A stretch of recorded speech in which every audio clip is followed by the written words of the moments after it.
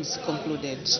And Madam Speaker did render a ruling, and in that ruling it was on a point of order raised on Wednesday, 14th June 2023 by Mr. C. Andeleki, Member of Parliament for Katombola constituency, against Reverend Katuta, Member of Parliament for Chiengi constituency, for the allegedly disrespecting the House and the Honourable Madam Speaker. And be able to share with you the details of that ruling when the House adjourns later.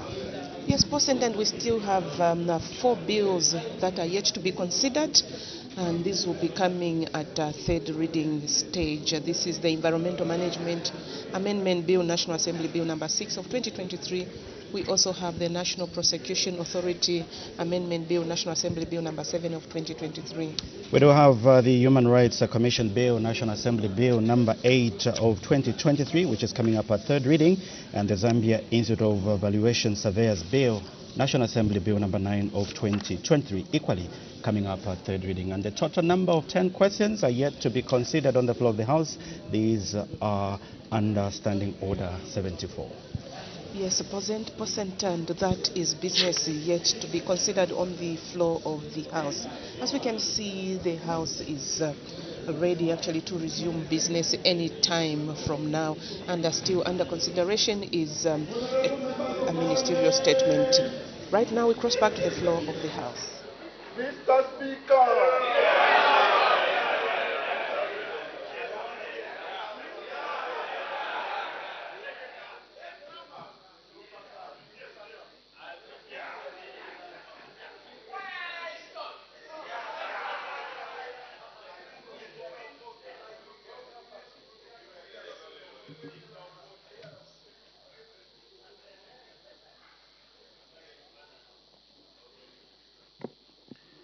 When business was suspended, the House was considering the ministerial statement issued by the Honorable Minister of Tourism, and the Honorable Member for Senanga was raising a point of order, a point of clarification. May the Honorable Member continue. Thank you, Mr. Speaker. It's very good to start raising a point of clarification with Madam Speaker and end with Mr. Speaker. I wanted to find out from the Minister of Tourism. There's something he specified in his ministerial statement to do with coexistence between humans and animals. I want to find out from him how he intends the coexistence to be, considering that given an elephant and a human being, an elephant is immediately superior. I was thinking the aspect of coexistence is between two equals. I'm looking at the situation, Mr. Speaker, where the elephant has attacked someone's field and it's eating out all the crops in there. How do we expect the humans and the animals to coexist in that fashion? Thank you very much. Thank you. Before the Minister responds, I've got an announcement. Honorable members, I wish to recognize the presence in the public gallery of students and lecturers from Supershine University in Lusaka District, as well as pupils and teachers from Rose Hill School in Kawe District. On behalf of the National Assembly of Zambia, I warmly welcome our visitors in our midst. Thank you. May the Honorable Minister respond.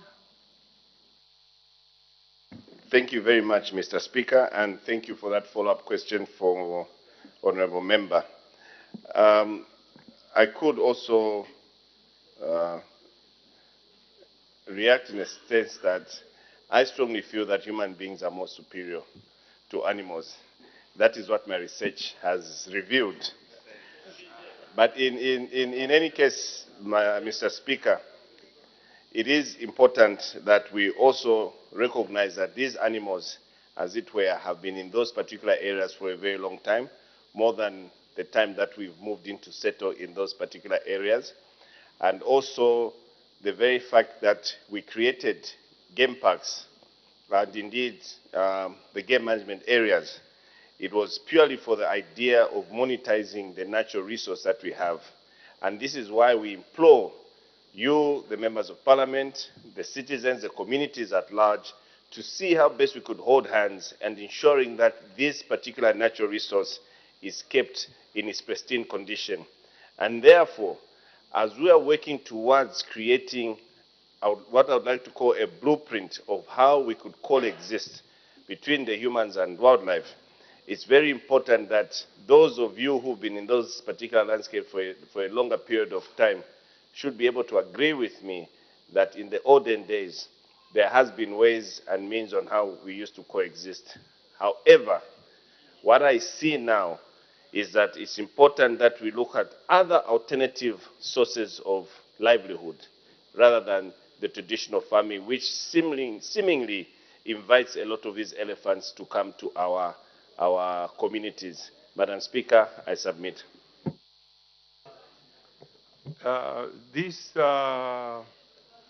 topic has generated a lot of interest, and a lot of members want to participate in the debate.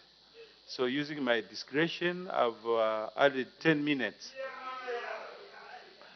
to allow more members participate.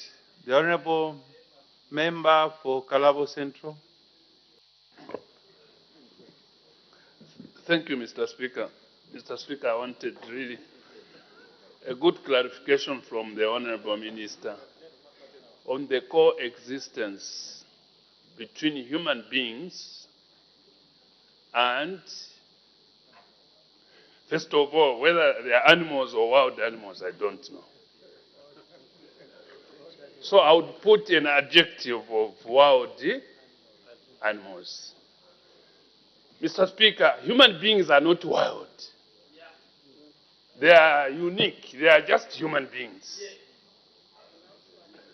So now, the situation is that these two groups of things, human beings on one side and wild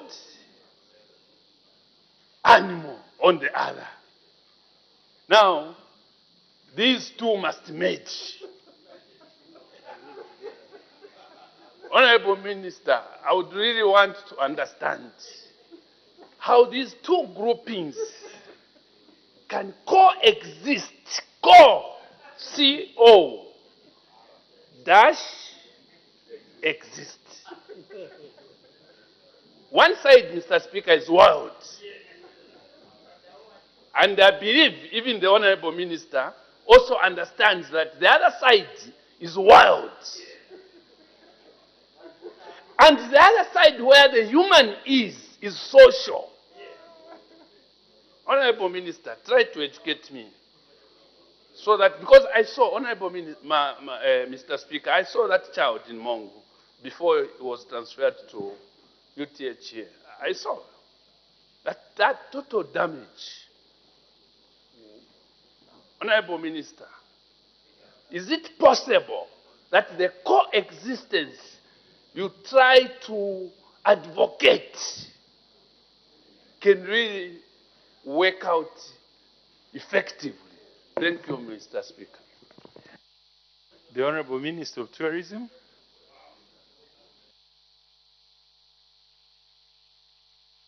Thank you very much, Mr. Speaker, and thank you very much for that word follow-up question from Honorable Member Zinga Miyutu. Mr. Speaker, I think the spirit at which we want to coexist with these particular animals cuts across what I would like to call the biodiversity. Without this wildlife, there are certain species in our ecosystem which will not survive. And as such, it's very important that we safeguard it. Furthermore, Mr. Speaker, you will realize that on the wild side, we treat it as food, not only for ourselves as the social beings, which are the humans, but also food for the predators which exist in this particular wildlife. Now, my request and my plea, yet again, Mr. Speaker, is to just see how best we could not agitate. From my research, Mr. Speaker, these animals, in as much as we call them wild, they are called wild because they live in the wilderness. Not suggesting that they are wild at any given chance they would attack you, no. The wildlife is very social. You will never find an elephant which will attack you because it just wants to attack you. It will attack you when you agitate it. And same applies with all other big game, and indeed the cats. So what we request for within my ministry through the Department of Parks and Wildlife is to purely sensitize the members of the public into understanding the mannerisms of these particular wild animals that we intend to coexist with. Once we get to that stage, Mr. Speaker, you will notice a seamless relationship that will exist between these potentially called wild animals and indeed our human beings being social beings. I submit, Mr. Speaker. The Honourable Member for Gwembe. Thank you, Mr. Speaker, for giving the very good people of Gwembe an opportunity to ask a follow-up question. Honourable Minister, the people along the lake shores of Lake Kariba, not a month or a week passes, we have casualties. Animal-human conflict between human beings and crocodiles. Honourable Minister, crocodiles have overgrown in the lake. The population is so much, more so that we have those crocodile farmers who recklessly, to some extent, release those crocodiles. And they are not behaving like our normal crocodiles, which we have grown with. A crocodile will not wake up and start chasing a canoe or not.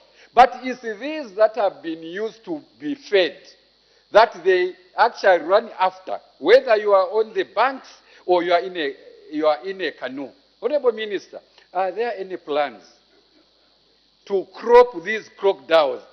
Or otherwise, as a parliamentarian, we may find that people start, taking the law, which is not necessary, by the way. But are there any plans to crop these animals, Honourable Minister? The Honourable Minister of Tourism. Thank you very much, Mr. Speaker, and thank you very much, Honourable Member of Parliament for Gwembe, for that very, very important follow-up question.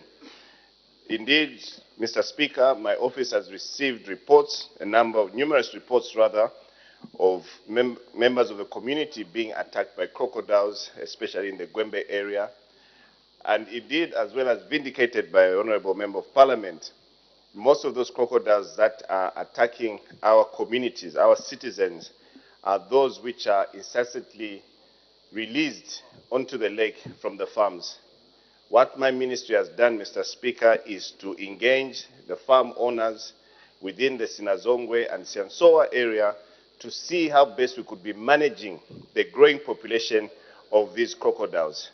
Mr. Speaker, I must also make mention that within the Wildlife Act, we are mandated as a ministry to crop such crocodiles that are a threat to human life, what I would like to call the man-eaters at any given time. And if the Honourable Member of Parliament for Gwembe has identified any such problematic crocodiles, please feel free to notify my office, and my office will gladly come in and control that particular crocodile. And more so, Mr. Speaker, to just take this opportunity to engage a number of our communities which live around the lake shore, or is it the river banks, to desist from going to draw water from those areas and to ensure that you use facilities such as the CDF to have water reticulated within their households as opposed to where they go to the lake shores or indeed the river banks. Mr. Speaker, I submit. The Honourable Member for Sikongo. Thank you so much, Mr. Speaker, for the opportunity to ask a follow-up question. Before I do so, Mr. Speaker, just allow me quickly to say one thing. Being a scholar, a political scholar, and a researcher, I would like to make this observation that I've seen UNIP UNIP have taken the route that our colleagues have taken of muting themselves in Parliament. And unfortunately, they muted themselves to death And today, what has remained of UNIP are just the buildings. So I want to advise my colleagues, I think, not to desist from that because the end result will be disastrous. Now, my question to the minister is that the human-animal conflict, especially when it comes to elephants, has to do with food and water, and more especially water. So my question is it not possible for the ministry to put up dams in the national parks so that these animals can have access to water throughout the year, so that they desist from following water where human beings are living? It's a way of trying to solve the problem. I thank you. The Honorable Minister of Tourism. Thank you very much, Mr. Speaker, and thank you very much for that follow-up question from Honorable Member of Parliament for Sikongo. And indeed, we have noticed with concern the need for these animals to actually look out for water, like you rightly put it, and as well as food. And that is very predominant in areas such as Sikongo and Sioma area, where these animals would want to go to the Zambezi River to look for water. So we are going to, with your assistance, Honorable Member of Parliament, and indeed Sikongo and Sioma being within the Kaza region, we should be able to identify sites where we could potentially put dams. Now, Mr. Speaker, that now brings me back to the issue that was raised much earlier, where honorable members, certain members of the House would request that the ministry fences off certain areas of the park. That in itself will create pressure, and that's why there are certain parcels of land within the game management area that have been fenced have led to animals now straying off their traditional corridor in search of water to be finding themselves within the communities. And that is the reason why we are refraining ourselves from fencing of these areas, and we're looking forward to ascertaining specific parcels of land where the Department of Parks and Wildlife can create dams for purpose of having watering holes for these animals. Mr. Speaker, I submit. The Honorable Member for Sioma.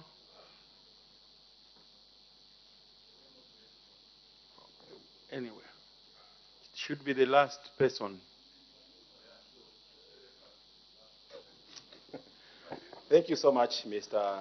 Speaker, for the opportunity given to the good people of Sioma to ask a question. Many times, Mr. Speaker, when we stood on the floor of this House to raise issues and concerns surrounding the invasion of elephants in Sioma district, people never took us serious. Many among us, especially colleagues here, actually went to the extent of nicknaming me as the elephant header.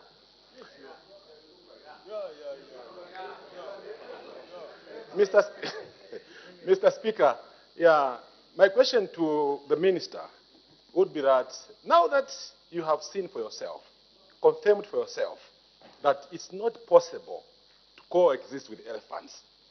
Yeah, Sioma, talking for Sioma, we are host to several heads of elephants, but just a head of about 50 elephants straying into Shangombo, my brother is crying there. Just a few heads of, just one head of elephants, maybe consisting of 20 elephants straying into Nalolo, my brother is also crying there. Now, what plans, if I may sum it that way, what plans do you have as a ministry to ensure that this issue does not become so widespread as it's slowly manifesting? What intervention measures? Do we have any plans, Honorable Minister, to revisit the statutes and conventions that talks to the issues of protecting the elephants that seems now to have been overprotected at the expense of human life and property? I thank you. The Honorable Minister of Tourism. Thank you very much, Mr. Speaker, and thank you very much, Honorable Member of Parliament for Sioma, for that follow-up question. Do we have plans as a ministry? Yes, we do. How are we planning on managing to contain this? Is by way of conducting a census, which I did make mention earlier. Now, these elephants, like I mentioned, Mr. Speaker, Honorable Member of Parliament, are territorial, which simply means that not only should we count them as Zambia only, but we should be able to count them with 4 other countries which I made mention earlier: Angola, Botswana, Namibia, Zimbabwe, and Zambia. And as such, once we ascertain the total population of those particular elephants, we should be able to make one particular decision whether to crop, not to crop, or to translocate or not to translocate. Until such a time arrives, Mr. Speaker, that is the plan that we have in place, and I'm sure that once it gets implemented, we should be able to see a lasting solution to this escalating problem that is causing a lot of headache within the Ministry of Tourism. I submit, Mr. Speaker. Thank you. Questions for oral answers, understanding Order 74. The Honourable Member for Mulowezi. Thank you very much, Mr. Speaker. The good people of Mulowezi would also like to join the rest of the world to congratulate the President and the Minister of Finance for the job well done. Question number 400. Thank you. The Honourable Minister of Local Government and Rural Development. Thank you very much, Mr. Speaker. And thank you, Honourable Member of Parliament from Mulowezi, who seeks to know at A, whether government has any plans to demolish illegal constructed structures along the following railway reserve land in the Lusaka district. 1. Mandevu Township to Relay Police College. 2.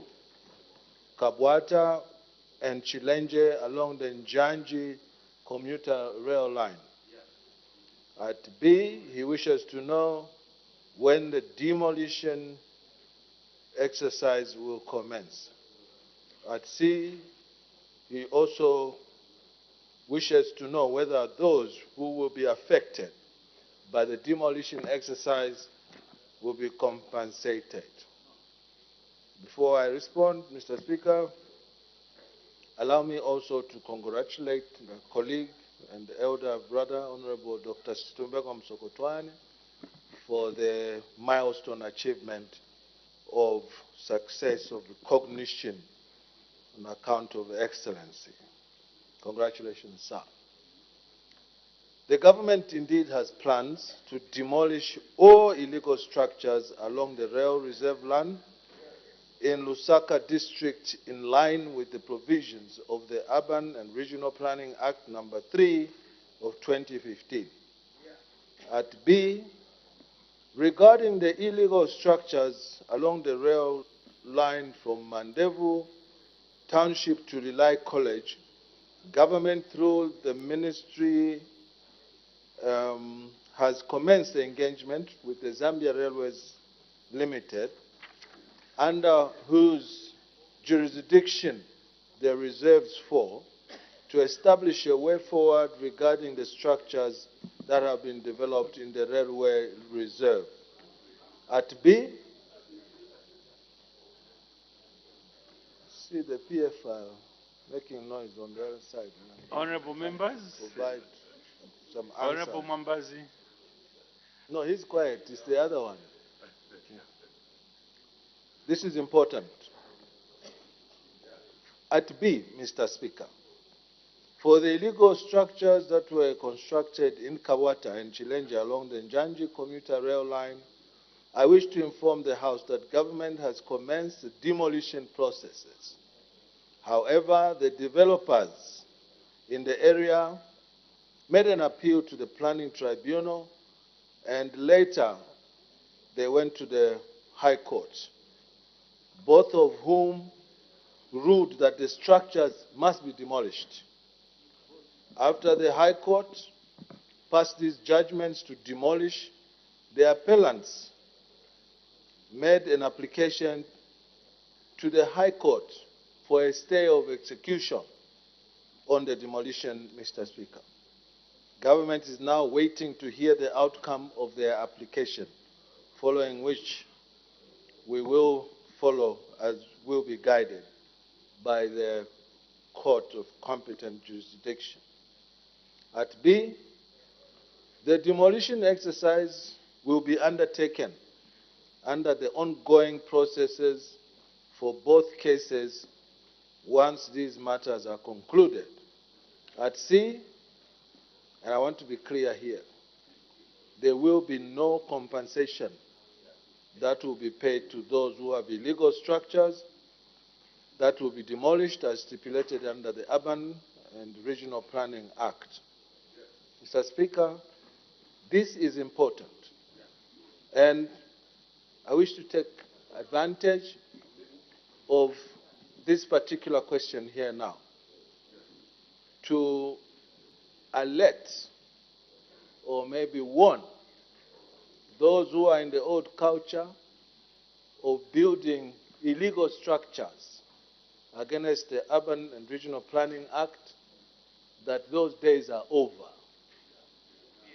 Those days are over and gone, and my appeal is that let's not take risks by doing things with the impunity without regard to the laws of the land. Mr. Speaker, I thank you. Honorable members are now free to ask on point of clarifications, starting with the Honorable Member for Kawata. Thank you, Mr. Speaker, for the opportunity again. Honorable Minister, I just wanted to find out, first of all, I don't know whether you've been to the site, because I'm equally affected as Kawata, and I'm not going to support any illegality as a Member of Parliament. I just wanted to find out whether you've actually visited some of these places. For instance, I wouldn't know whether you are aware that the Bombay drainage was actually constructed on the middle of the rail line. There is a police post that is actually sitting also on the same, and these are government properties. I wanted to find out, Honorable Minister, what could have happened with city planning that such important infrastructure for the country were allowed to be built on such a rail line. I thank you. The Honorable Minister of Local Government and Rural Development. Thank you very much, Honorable Member of Parliament for Kawata, for that very important question. The Bombay drainage was a necessary evil. I want to put it to you in this way, and I want to separate things. The Bombay drainage was answering to the challenges that the city had been faced with in terms of flooding, which flooding we still experience today. And so when the city planners sat together with the Millennium Challenge Account, which is the organization that helped us to do this drainage, to collect water and guide it towards the Ngwerere River, it was for the purpose of making sure that we save ourselves from the perennial floods that will occur in Lusaka. And the drainage is an underground infrastructure, as it is. So I can confirm to you that the drainage is not in the way of any progress of that rail reserve. Cities like London, Paris, and many that have developed have left reserves for rail lines, which could probably in the future go underground as well. So I want to put it clearly that the Bombay drainage is not in the way of this. However, the Kawata, I think it's Godfrey Mianda Police Station. When I got into this office, Mr. Speaker, I was first challenged by the journalists who said that over and above the Forest 27 that you promised to demolish, we also have a government institution, a police post that was built in a clearly undesignated area. My response was that we are going to raise that police station down because it's not in the right place. That is still my position up to this moment, that that police station is not in the place where it is. It's not supposed to be there. But it was put there because of the attitude of the Alpha and the Omega, where one could just decide that this is how it's going to be without regard to the regional, the Planning and Urban and Planning Act that exists. So in order for me to state without fear of any contradiction, once the court processes are done, that police station will have to be raised down because it's in the wrong place. The Honorable Member from Lovezi. Thank you very much, Mr. Speaker. Honorable Minister, you are an action man. You are an action man, and everybody appreciates your works. Is it possible that we can have a time frame for these other issues, structures which are not under litigation? Thank you. The Honorable Minister of Local Government and Rural Development. Thank you, Mr. Speaker, and thank you, Honorable Member of Parliament, for Mloveji. I'm not an action man. I'm a man of action. It's a semantical. I'm a teacher of English, so I thought I must put things in the correct perspective. I'm a man of action. Unfortunately, I'm unable, action-oriented as I may be, Honorable Member of Parliament, to give you a time frame, because, like I said, this is in the domain of the judiciary, and until such a time that the judiciary finish their processes is when we can then enforce. If you look at my maiden answer to you, which I'll refer to now, at B, I said the demolition exercise will be undertaken once the ongoing processes for both cases are concluded by the courts of law. So that forms the basis for the timeline that you are wishing for. The Honorable Member for Petauke Central.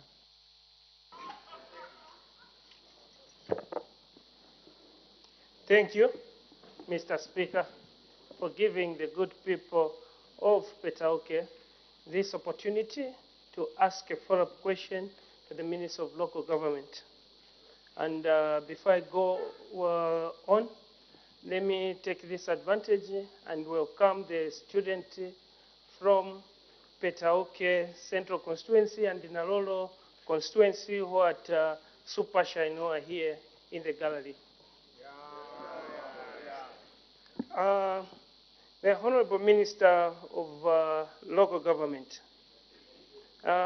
according to the research which the good people of Petauke they have done, that area had too much of crime.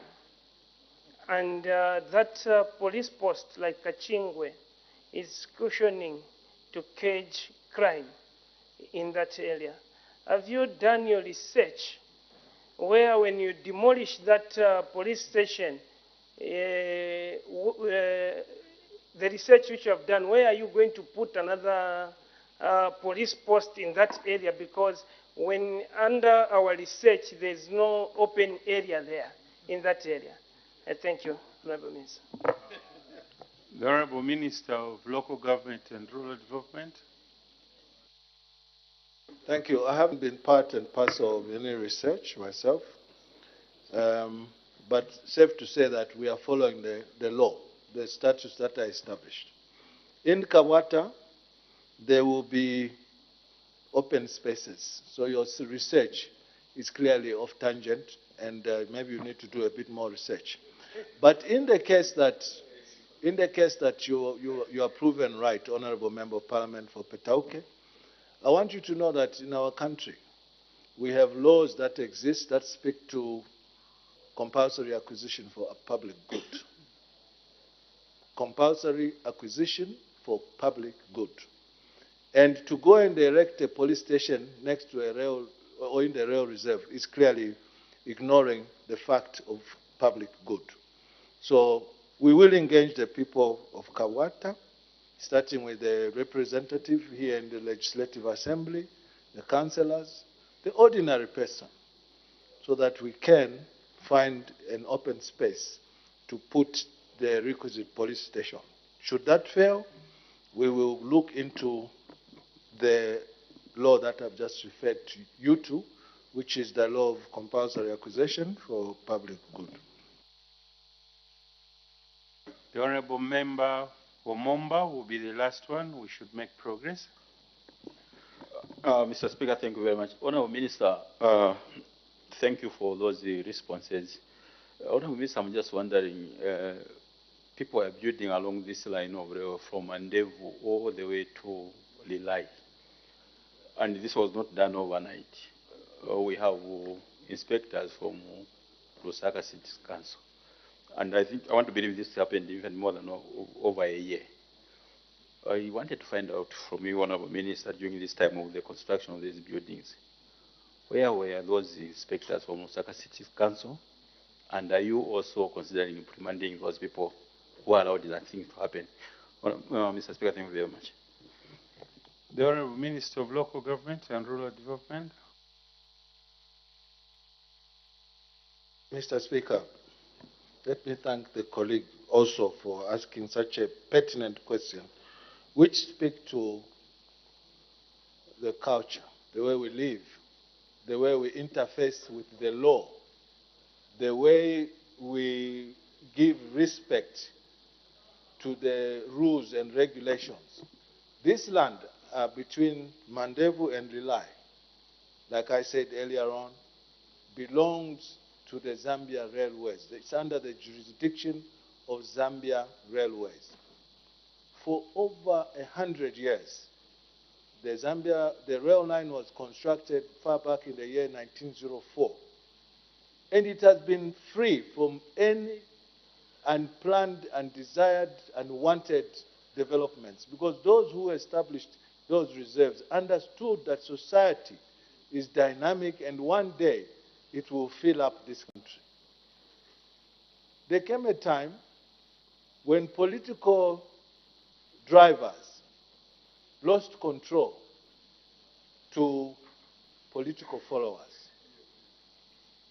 Okay? The political followers, who are commonly known as cadres, became more powerful than councillors. They became more powerful than ministers. They became more powerful than leaders of industry, and in this case, the managing director of Zambia Railways. Those are still among the living, and they can give you a testimony, Mr. Speaker, of how there was rampant acquisition in the last 10 years. This happened in the last 10 years under PF government, this PF that you see here, where they entered into these leases which they called temporal. And we went through this story yesterday when I was dealing with the issue of vendors, Mr. Speaker. The issue of temporary development is where the malignancy is. And you know the danger that we are faced with now, those of us who have inherited this problem, is that in the process of normalization, people who may not have been there to understand the rationale of what it is they were trying to do will start pointing fingers at us and say, these are heartless people. I explained on the floor of this House, Mr. Speaker, before, why in Nigeria they had to seek to build another capital city, Abuja, and leave Lagos. It was because of disrespect of law and order. This became rampant today. I fear for whoever is going to come after me if I will not have corrected this problem that was created by Patriotic Front, to be specific, in the last 10 years. Because a good man like me, Mr. Speaker, has earned himself a public posture of a bad man because we are trying to correct things that went wrong. Emotional issues have come up. That no, we are widows, we are this, in the name of the illegality which was promoted by the state at that time. And Mr. Speaker, the wise have always said that when the state is wrong, it becomes dangerous to be right. This is exactly where we are sitting now, trying to correct what went wrong with the state, because there were leaders and governors of the state at the time when all these things were taking place. So it's a tough one. It's a tough call, colleagues from Momba. But I also want to be remembered as one of those leaders who came and beat the bullet in the quest to get things right. And I'm up to the task. And I'm now appealing again, finally, to everyone here, both on the right and on the left, who are still charged with some semblance of responsibility to people's affairs, to join hands with me to correct that which went wrong. We've given back the authority to Zambia Railways to action that which went wrong and reverse and correct it. Just yesterday, Mr. Speaker, as I end, I had made a point that motor vehicle traders are being shifted to the area behind EML. We did that deliberately, but if you look at the conditions that we gave them, we told them, you shall not erect any permanent structure whatsoever apart from an ablution block, which can be demolished when the rail system decides to expand their network. That's how an orderly leadership should operate. As it is, I've got gray hair now. I'm still a young man. Because I'm all the time thinking about how to correct these things that went wrong in the past. And I need your hands for us to do all this together for the purpose of the generation that's coming after us. Thank you. Next question, the Honorable Member for Solwezi West.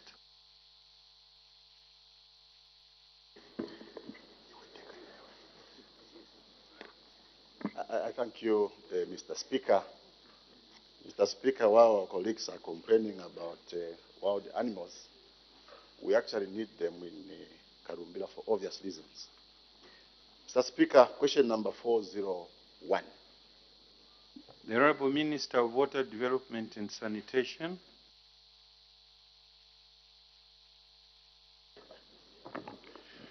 Thank you, Mr. Speaker. Mr. Speaker, before I respond to this question, permit me to join my friends who spoke before me in congratulating the Minister of Finance, the Member of Parliament for Liua, for being recognized and awarded as Best Minister of Finance in the continent. We congratulate the people of Liua for giving us a very solid man who's made us very proud. So we're very proud for the people of Liua and you, sir. Congratulations, sir. Mr. Speaker, the Member of Parliament for Solwezi West, Mr.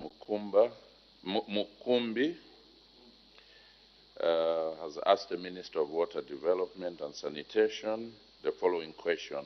A, whether government has any plans to construct a water treatment plant in Kalumbira district. B, if so, when the plans will be implemented. And C, whether the water supply will include the following areas. 1, Manyama. 2, Lumwana East. 3, Mumbeji. And 4, Kisasa. D, if there are no such plans, why? Mr. Speaker, yes, government has plans to construct a water treatment plant in Kalumbira district. B, the plans will be implemented once the feasibility study and the detailed engineering designs are completed.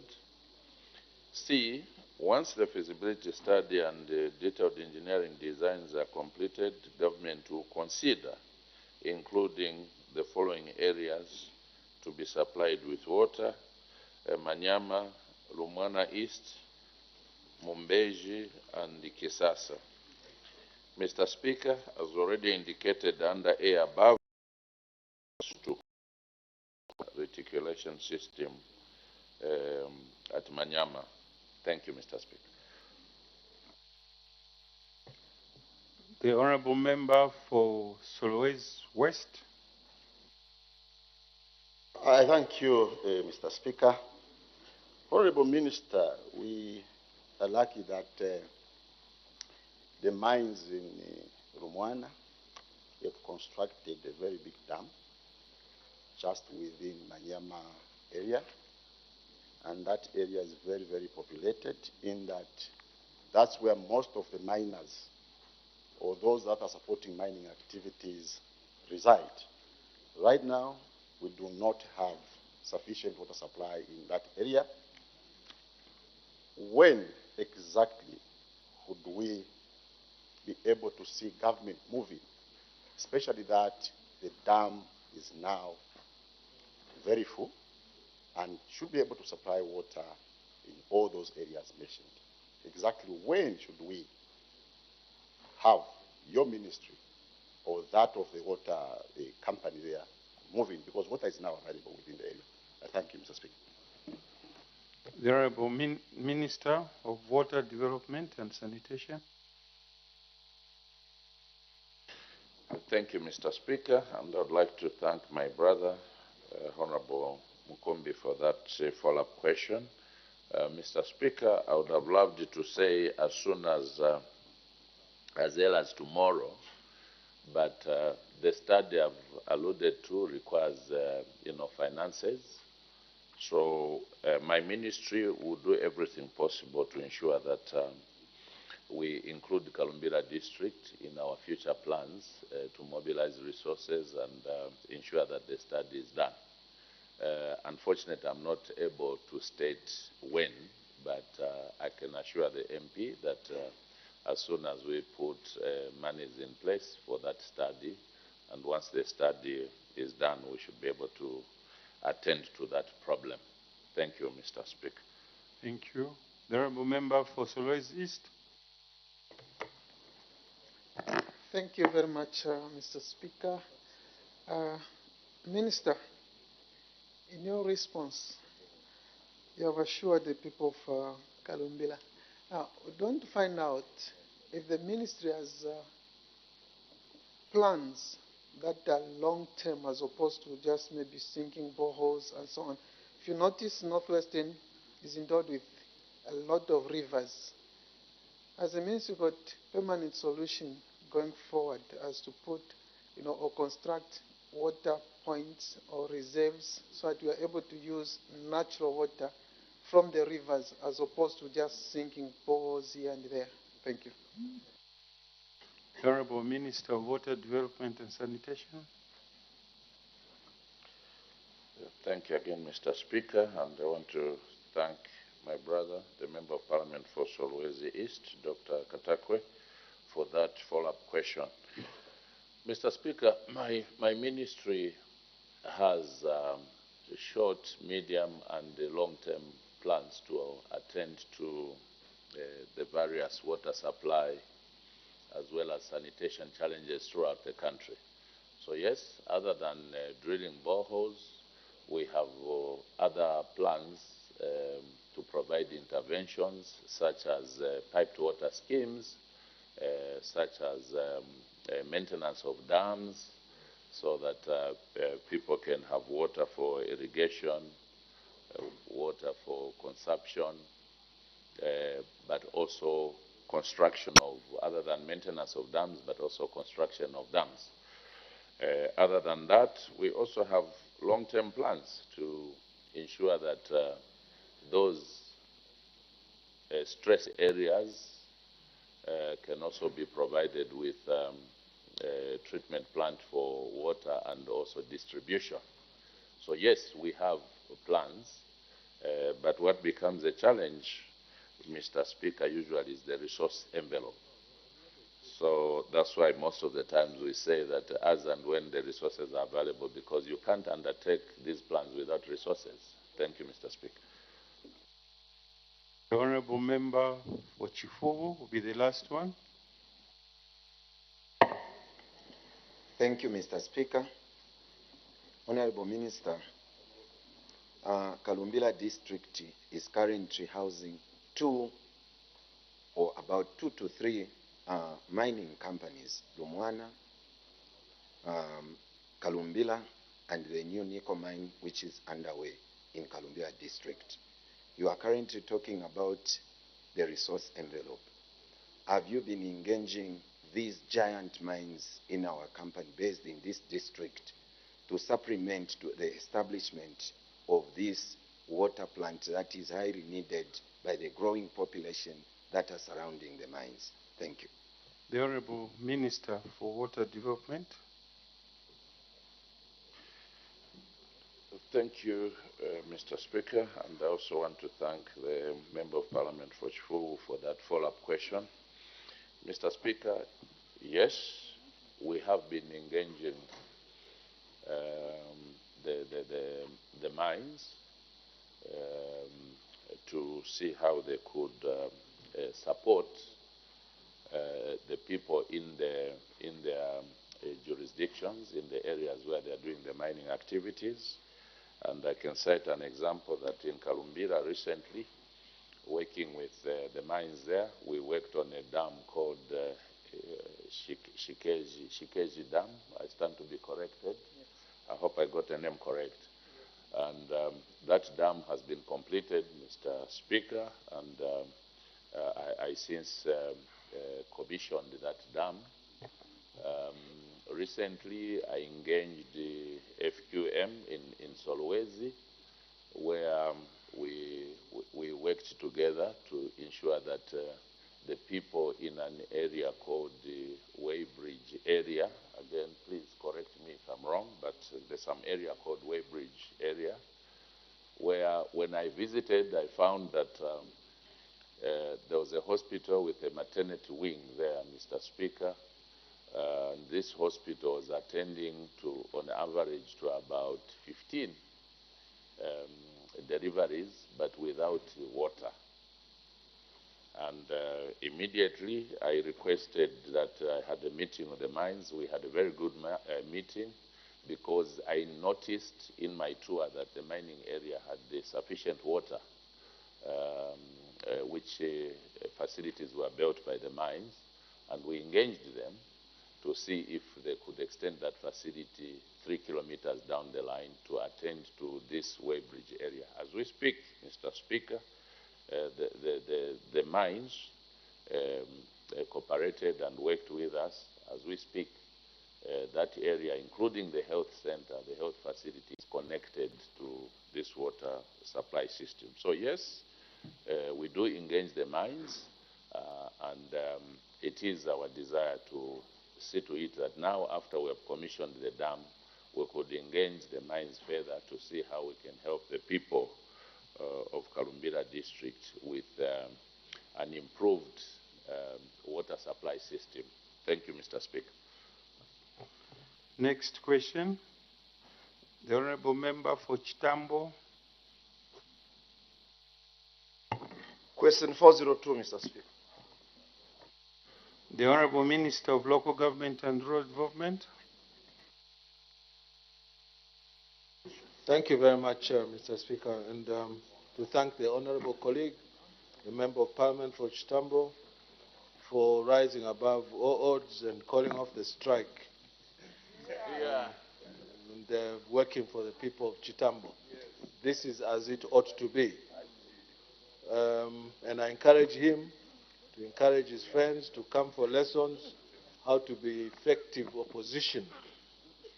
And the mute arrangement that they have decided to embark on never works. You can ask UNIP how they muted away from elections and they went into oblivion. So you can come for free lessons on how to be effective opposition members of parliament, because we did it for a long time.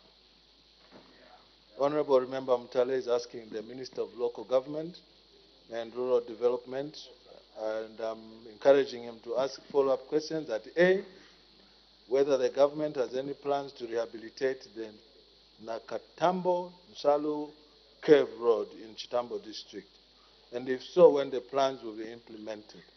And at C, if there are no such plans, he wants to know why. Our response. The Nakatambo, Nsalu, and Cave Road is a very important road to this government. And it's for this reason, Mr. Speaker, that this government indeed has plans to rehabilitate the Nakatumbo, Nsalu Cave Road in our Chitambo district. The commencement period will depend on the availability of funds when it's locked into our annual budget. And at C, as alluded to in A above, the government indeed has plans to rehabilitate the said roads. Mr. Speaker, I thank you. I now look forward for a follow-up question from my colleague, my dear colleague. The Honorable Member for Chitambo. There is no follow-up question, Mr. Speaker, since he's making a plan to do the road. I don't have any question. Let's make progress. This question is constituency-based. Next question, the Honorable Member for Kasenengwa.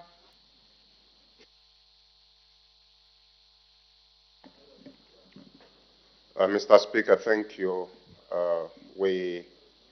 Personally, I acknowledge the concern from your members on the right about the deafening silence on the left.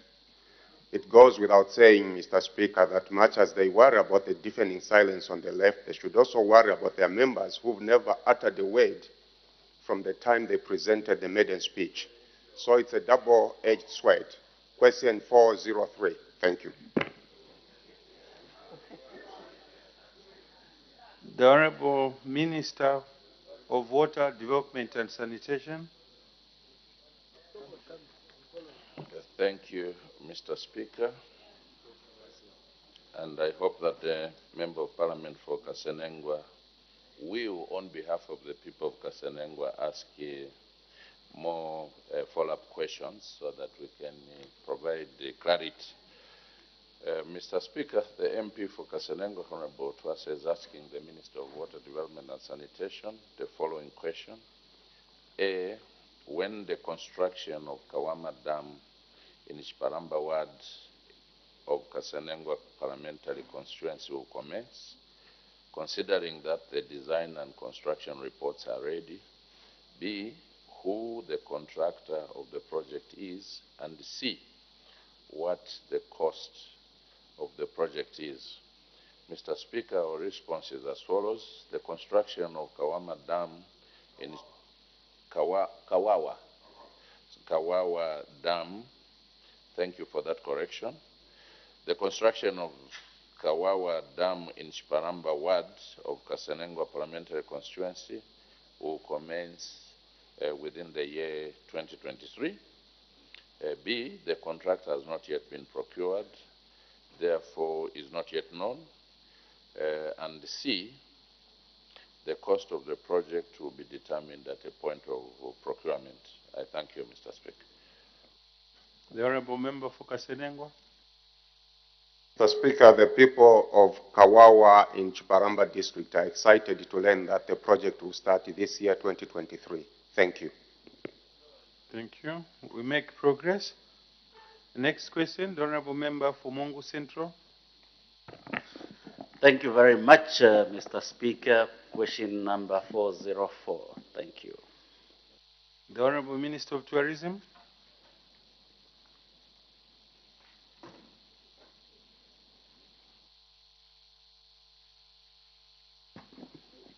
Thank you very much, Mr. Speaker. Mr. Speaker, the Honorable Member of Parliament for Mongu Central, Mr. Mutike, asked the Ministry of Tourism how many institutions were offering tourism and hospitality courses as of 31st March 2023 countrywide, and at what levels the courses are being offered. Mr. Speaker, in a quest to respond to the question, the Minister of Tourism has registered in excess of 122 institutions offering tourism and hospitality courses as at 31st March 2023. And to answer question B, in terms of how many levels of courses are being offered, I will tabulate them as follows. Degree, master's, and PhD, we have 13 institutions offering that program. diploma and certificates, we have 17. And last but not least, the trade test level, we have 92. Mr. Speaker, I submit. The Honorable Member for Mongu Central. Thank you very much, Minister, for that answer. But you will agree with me that it is very difficult to find restaurants in this country which are specializing in Zambian cuisine. Sometimes when you receive international visitors, they ask you whether they can go to a proper Zambian restaurant offering Zambian cuisines, but you struggle to find one. Has the ministry got any deliberate plans to strengthen tourism and hospitality education, especially training culinary that will include a syllabus on Zambian cuisines? I thank you.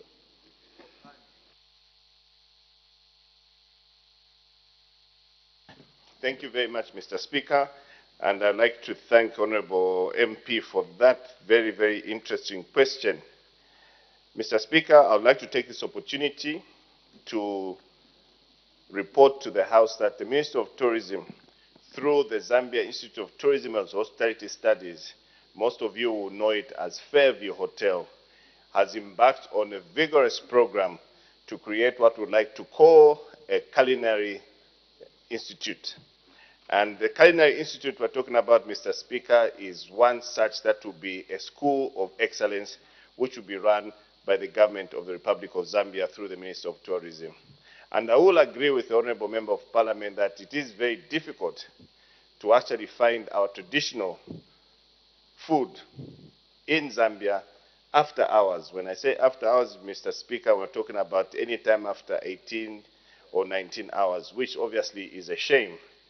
Mr. Speaker, we as the Minister of Tourism are supporting what we call gastronomy tourism. Gastronomy tourism, in layman's language, is food tourism. And we are on a robust campaign to ensuring that even the five-star hotels themselves, the five-star restaurants, should be able to have on the top of their menu a Shima menu. Now, we should not be shy of our traditional food. Most of us in here have actually grown up on Shima, be it for breakfast, lunch, or indeed supper. But why is it that we are not having it in our top-notch restaurants? And that is what we are trying to achieve as a ministry.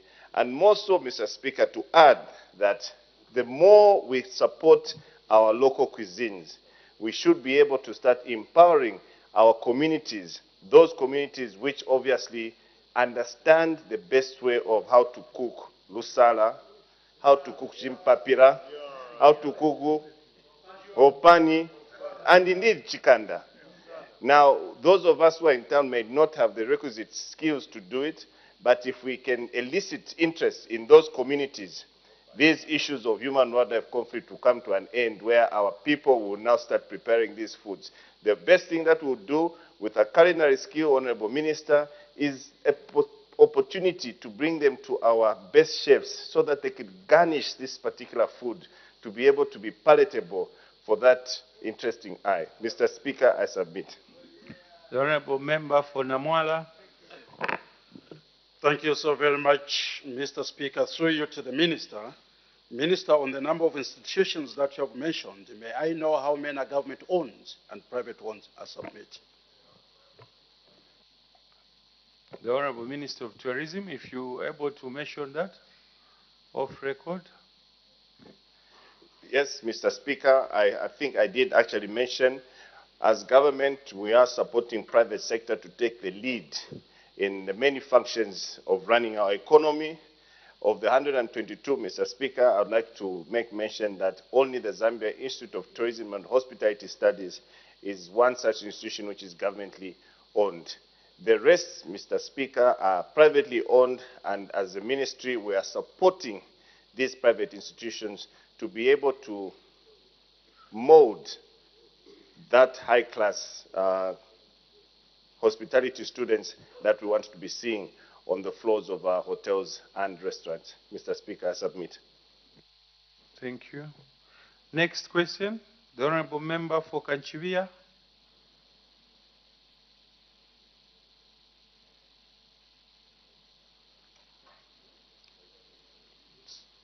There's no member of parliament for Kachuya, so the question elapses. Next question.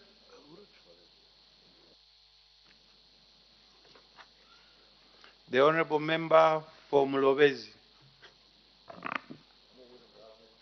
Thank you, Mr. Speaker. Question number 406. The honorable Minister of Fisheries and Livestock.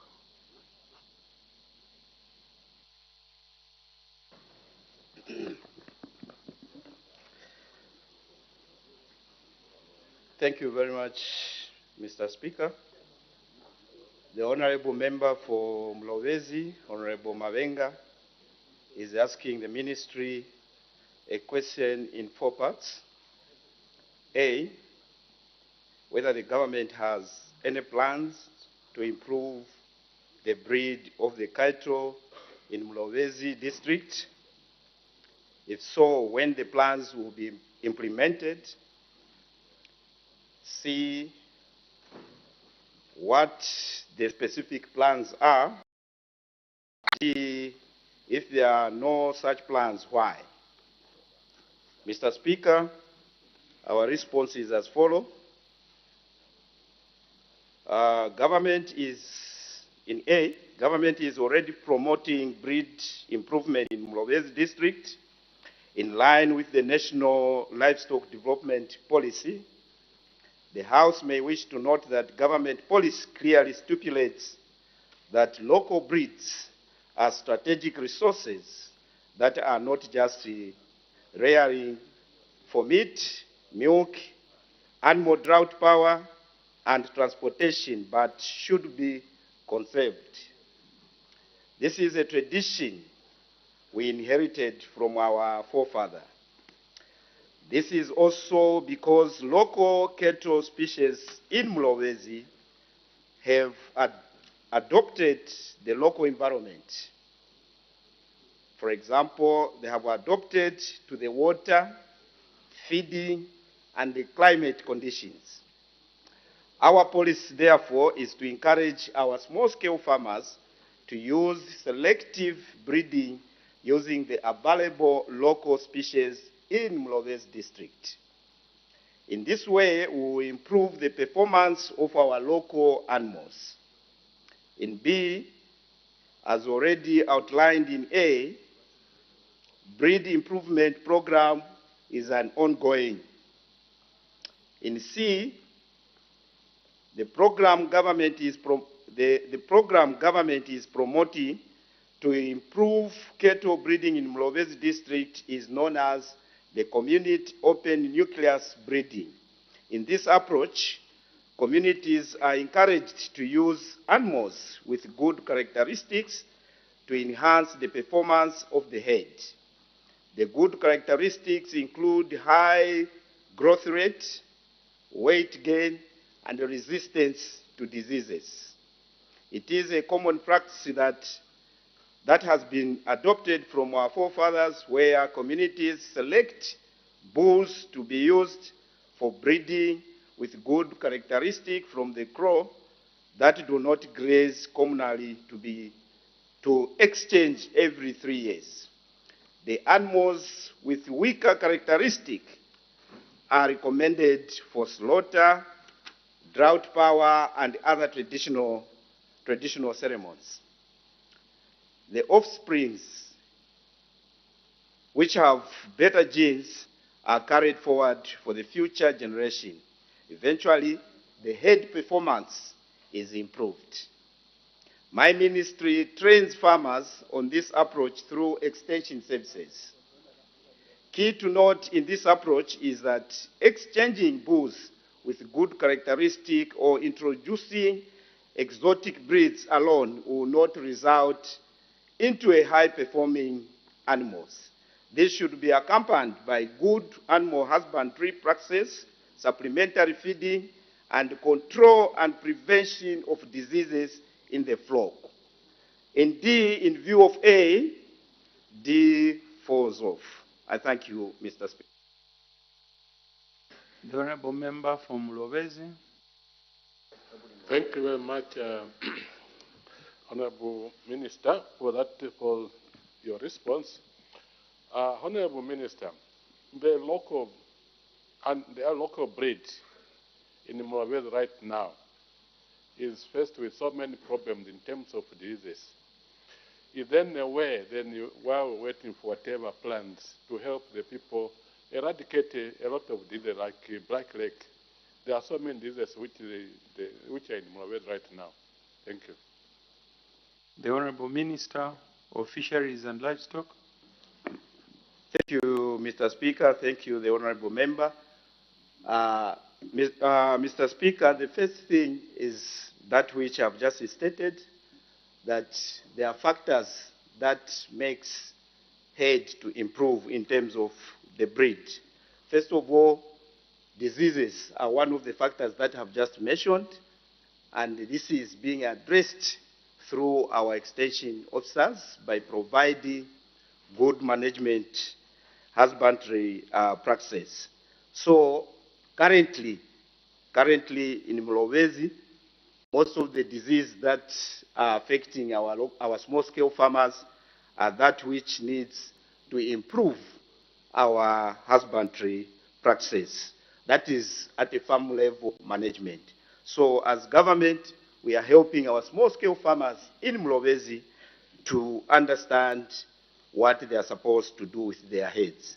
So in improving this breed, we are making sure that our farmers, our small-scale farmers, get the right information. I thank you, Mr. Speaker. The Honorable Member for Gwembe. Thank you, Mr. Speaker. Honorable Minister, the Honorable Member of Parliament is asking if government has plans to improve the breed in Mulawezi. Your answer, Honorable Minister, you are saying, from time immemorial, and would like to perpetuate the small with big horns lost cattle. But are there any plans, Honorable Minister? Because I think there was a question where you were indicating there will be restocking. Is it possible that when you are doing restocking, please think about Mulawezi, that you give them some improved breed so that even their cattle can attract good business? Honorable Minister, move away from the lost breed. I submit. The Honorable Minister of Fisheries and Livestock. Thank you very much. Thank you very much, Honorable Member, for that question. First of all, you must understand that Mr. Speaker, to improve the breed, it's not just about bringing in exotic breeds. There are a lot of factors that we need to consider, like I have alluded in my response. So we are also looking at how we're supposed to manage our local species. Because even these local species that we have, because of lack of knowledge amongst our small-scale farmers, we don't reach the right size or the right weight for those animals. So this is where we are even encouraging, Mr. Speaker, our small-scale farmers to understand that keeping cattle is not just a tradition. They must start understanding that keeping cattle is business. So we are also trying to make sure that we change the mindset of our small-scale farmers in order to increase the breed.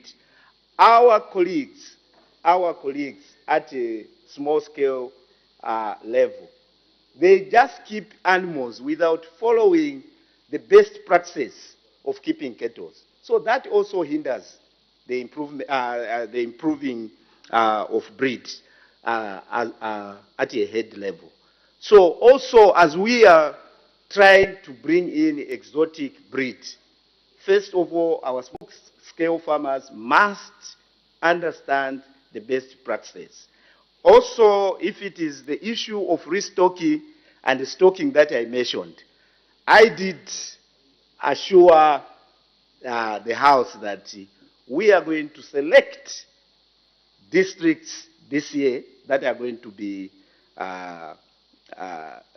empowered through restocking and stocking.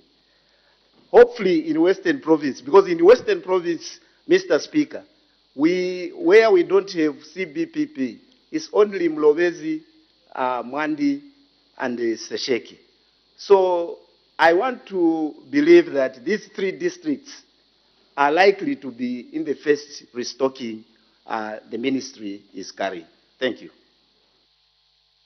The Honourable Member for Dundumwezi.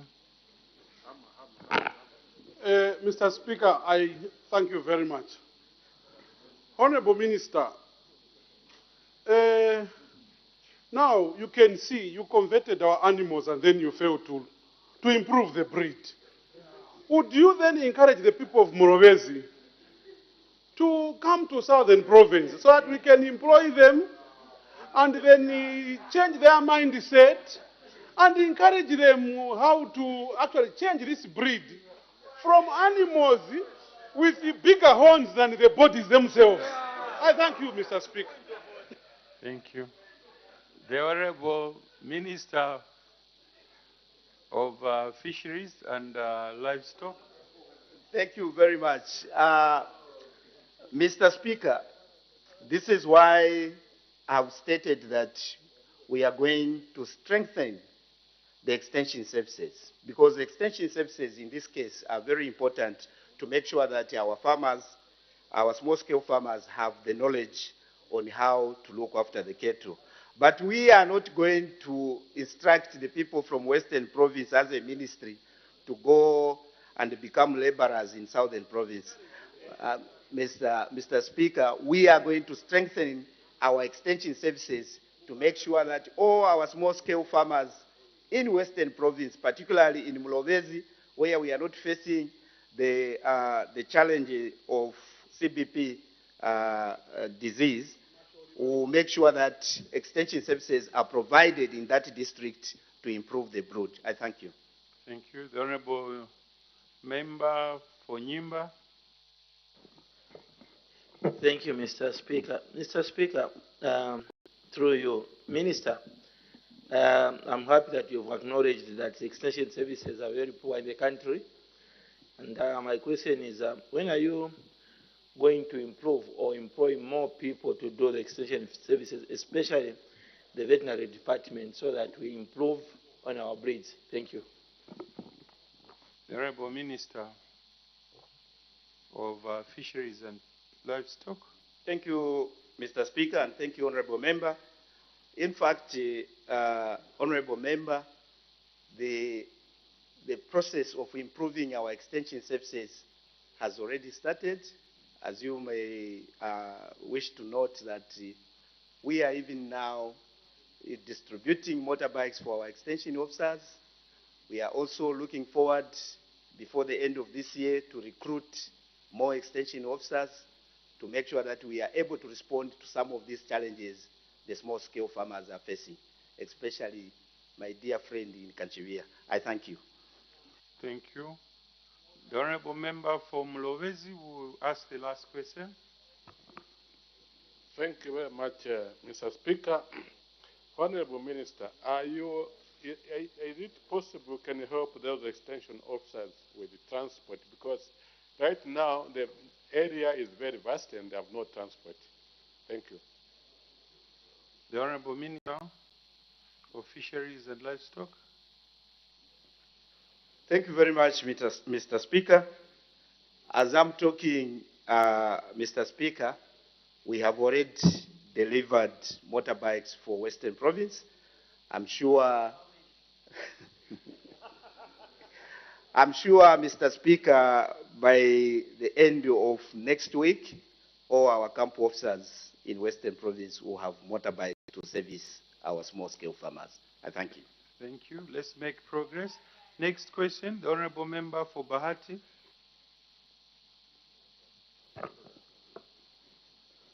Thank you so much, Mr. Speaker. Question number 407. The Acting Minister of Transport and Logistics. Good afternoon, Mr. Speaker, and I bring you fraternal greetings from the people of Nangoma, who are very proud of the way you manage the House. Thank you. Mr. Speaker, the Member of Parliament for Bahati, Honorable Chibombwe, is asking the Minister of Transport and Logistics whether the government has any plans to expand the runway at Mansa Airport, B, if so, when the plans will be implemented, and C, when runway lighting will be installed at the airport. In response to the question raised by the Honorable Member of Parliament, I wish to inform this august House as follows.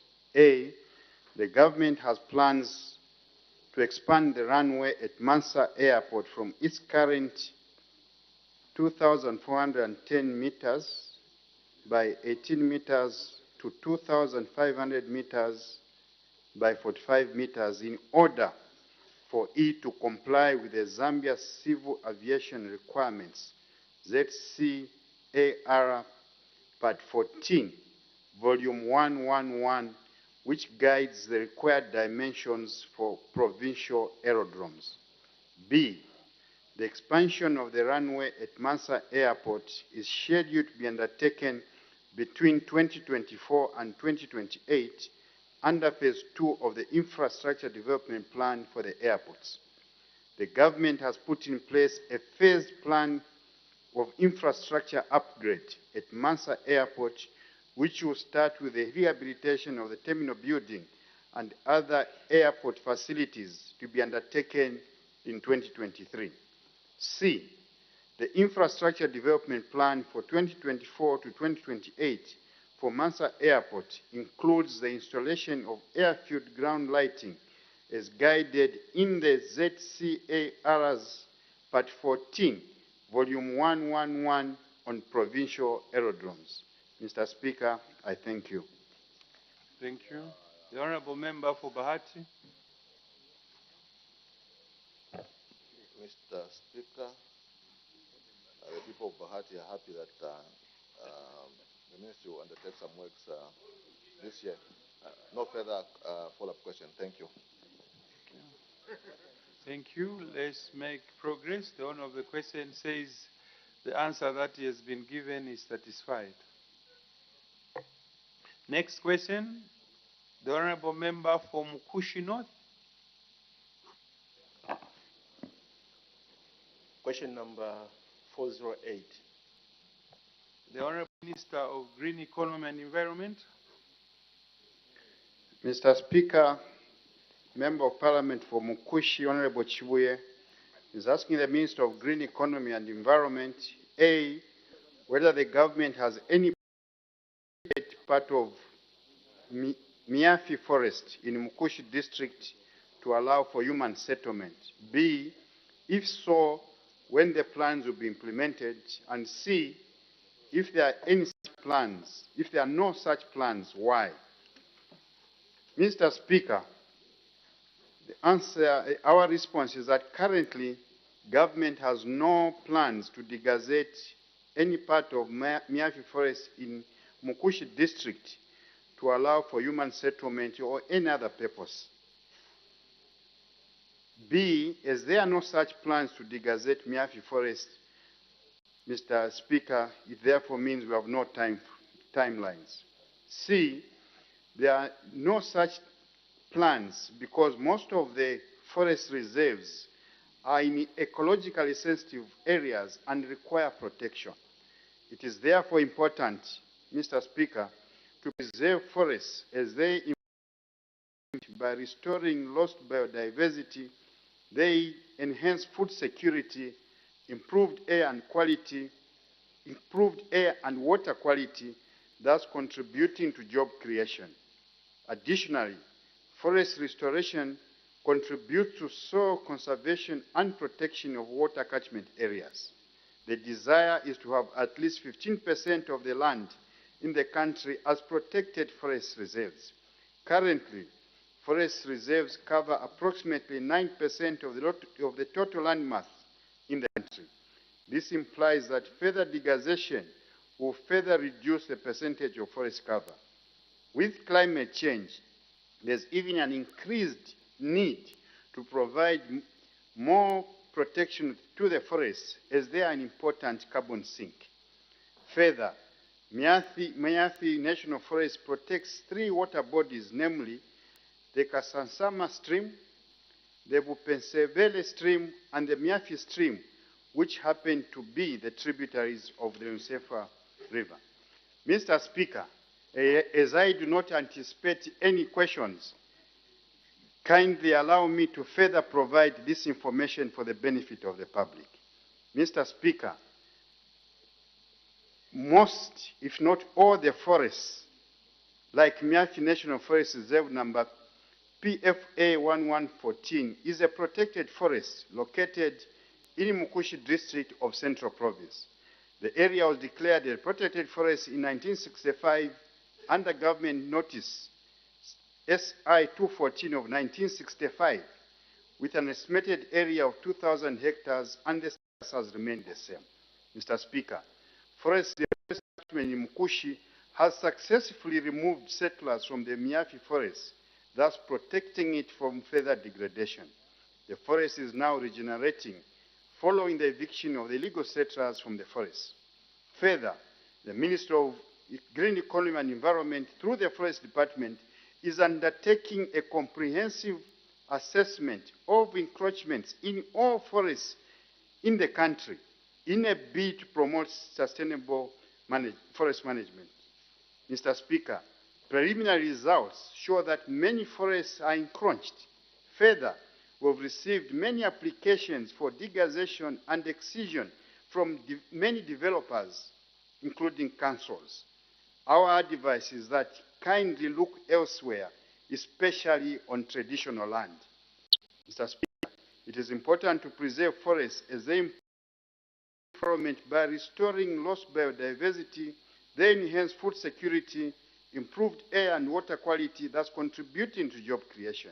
In addition, forest restoration contributes to soil conservation and protection of water catchments. Over the years, forests have been lost for varying reasons, including but not limited to degazation, excision, and illegal has significantly contributed to the loss of trees and other vegetation, thus negatively impacting on environmental services, thus contributing to climate change, with resultant adverse weather-like conditions like the ever-increasing temperatures and increase in greenhouse gases, increased frequency of droughts and floods, resulting into infrastructure damage, food, water, and energy insecurity. Mr. Speaker, there is a deliberate program by the New Dawn government to invest in the planting of trees and allowing the forest to regenerate. Communities across the country and various stakeholders have been mobilized to actively participate in the program to restore the lost forests. Therefore, government's focus is not degazetting forests, but rather promote forest restoration in forest reserves as a way of fulfilling Zambia's commitment to the AFRI 100, to which the country has committed to restore 2 million hectares of degraded forests, some of which lie in forest reserves. As I conclude, Mr. Speaker, in the 8th National Development Plan, under the environmental sustainability pillar, the aspiration is to enhance mitigation and adaptation to climate change, as well as sustainably manage the environment and natural resources. This is an effort to promote environmental sustainability. Therefore, degradation of forests, which lead to their loss, is not an amiable environmental sustainability. Further, the climate change bill, which will be before this House soon, is also advocating for mitigation and development of low carbon emission activities and processes, as well as providing for climate change adaptation and disaster risk reduction. This can only be attained with support of a well-sustained forest management system. Further, forests should be preserved. Forests should be preserved to allow communities benefit from carbon trading. It is more beneficial in the long term to preserve the forests than to eliminate them for short-term benefits. Mr. Speaker, I thank you, and thank you for your giving me this time. The Honourable Member from Kushi North. Government has no plans, Mr. Speaker. Therefore, there are no further questions to that.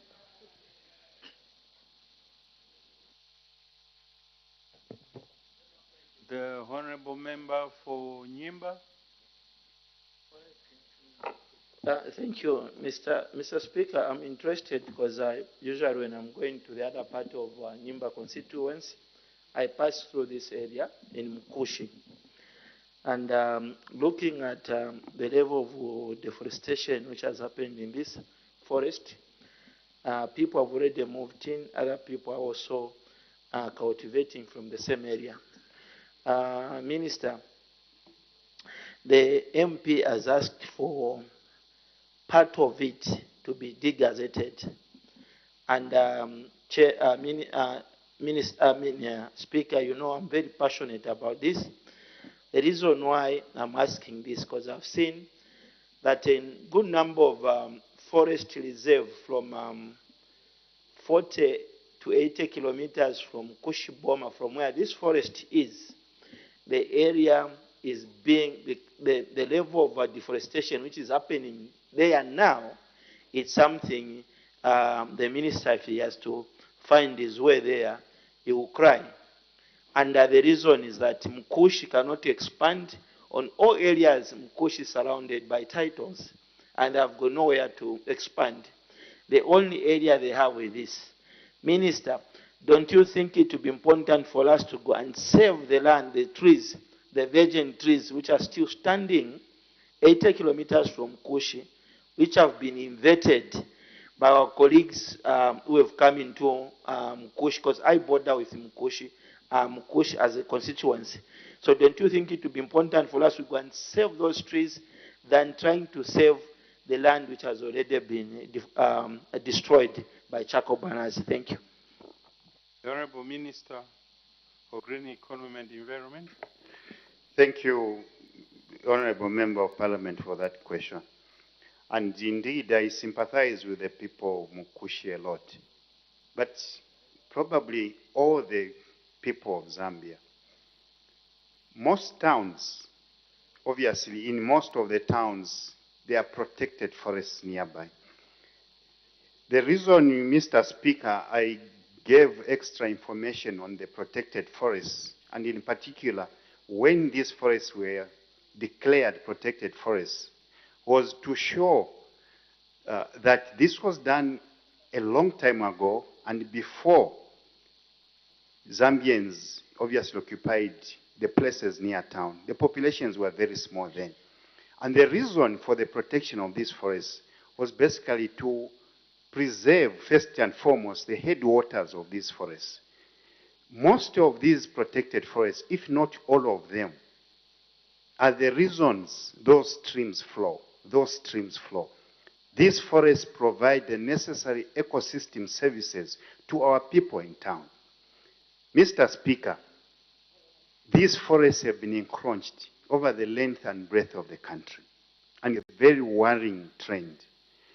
As an example, Mr. Speaker, just in Mongu, I think Mongu Central Member of Parliament is seated there, there used to be springs flowing, there used to be a stream flowing to provide water to our people in Mongu.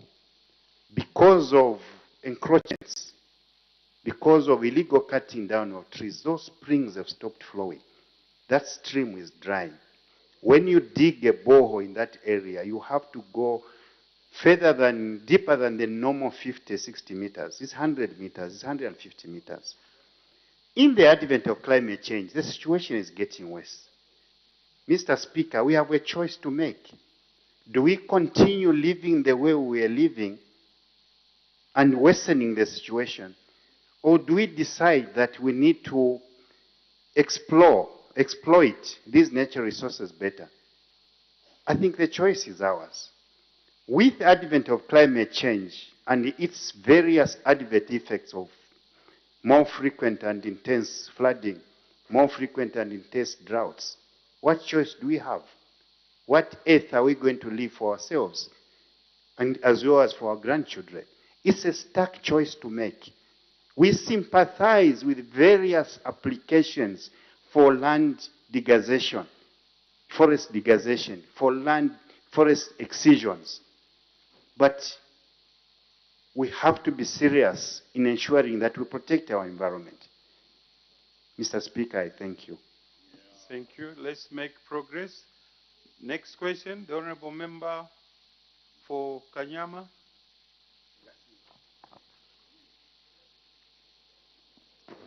Thank you, Mr. Speaker.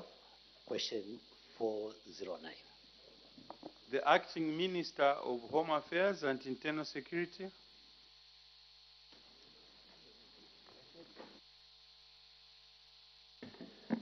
Thank you very much, Mr. Speaker. And I'd like to thank the Honorable Member for Kanyama for asking the Ministry of Home Affairs and Internal Security the following questions. Number one, what the progress in the investigations of gassing that took place between 2019 and 2020 was as of March 2023, how many cases were active in court as at the same date, and whether any convictions have been secured thus far. Mr. Speaker, in our quest to respond to these questions, the House may wish to recall that during the period 2019 and 2020, the country experienced extraordinary phenomena in which individuals, households, schools, and other public gatherings were attacked by way of gassing using intoxicating chemicals. As a result of these gassing incidents, some communities became obsessively distressful and resorted into using instant mob justice on any suspect to be involved in the gassing attacks. The gassing and instant mob justice attacks that were executed by unscrupulous people led to loss of lives in some parts of the country. Mr. Speaker, investigations in the occurrences were instituted and are ongoing. 12 deaths linked to the gassing activities were recorded out of the 797 reported gassing cases, while another 86 deaths occurred out of the 123 mob justice cases recorded in the country. Mr. Speaker, by March 2023, the number of people arrested in connection to gassing activities was 48, while 243 persons were arrested in relation to cases of instant mob justice. The outcomes of the arrests in gassing incidents included 14 persons who were convicted, 5 persons who were acquitted, 13 persons against whom the state entered a nolle prosequi, and 16 persons whose cases are still pending in court by March 2023. For the 248 persons arrested in instant mob justice cases, 133 were convicted, 12 were acquitted. The state entered a nolle prosequi against 36 persons, and 62 persons had cases pending in court by March 2023.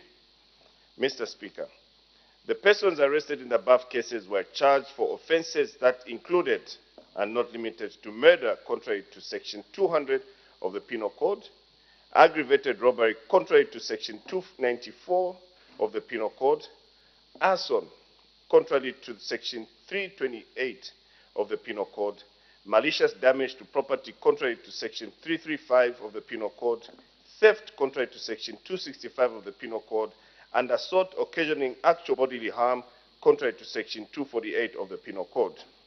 Mr. Speaker, in addition to the progress stated above, another 4 persons were arrested in May 2023 in connection with the gassing incidents.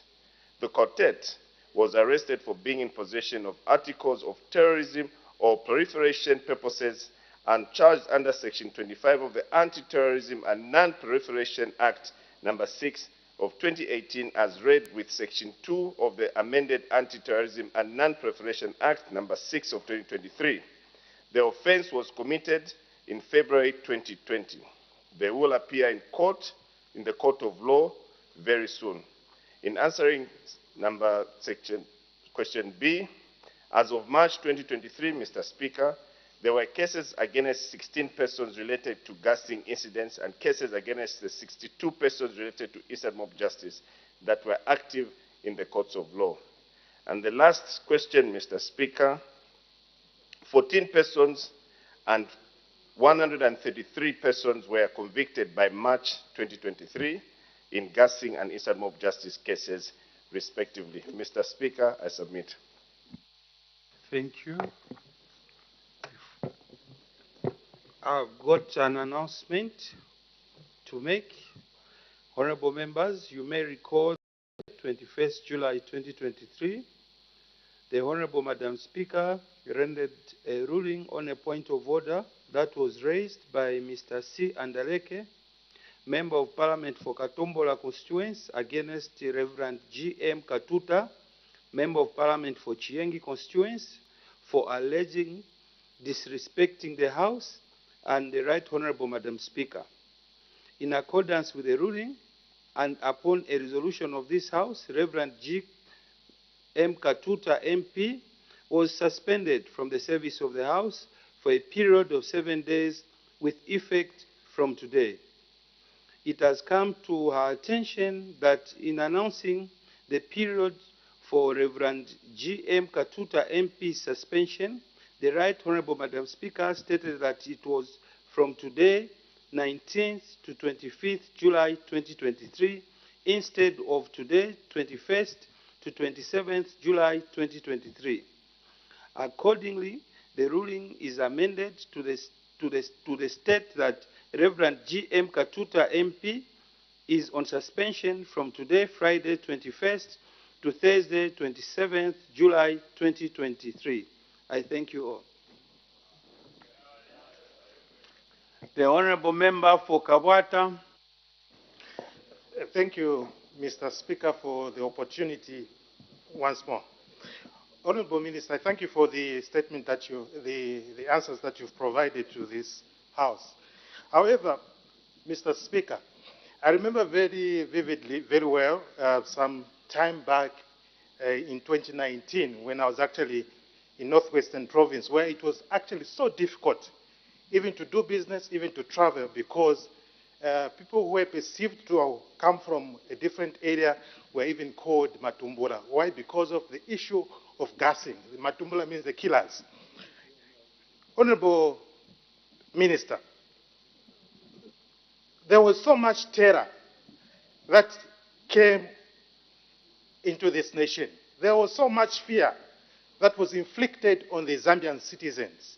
I wanted to find out from you, as Acting Minister of Home Affairs, at what point did the people that were involved in gassing did manage to sneak in the gassing chemical in Zambia without any security agency tracing them? I thank you. The Acting Minister of Home Affairs and Internal Security.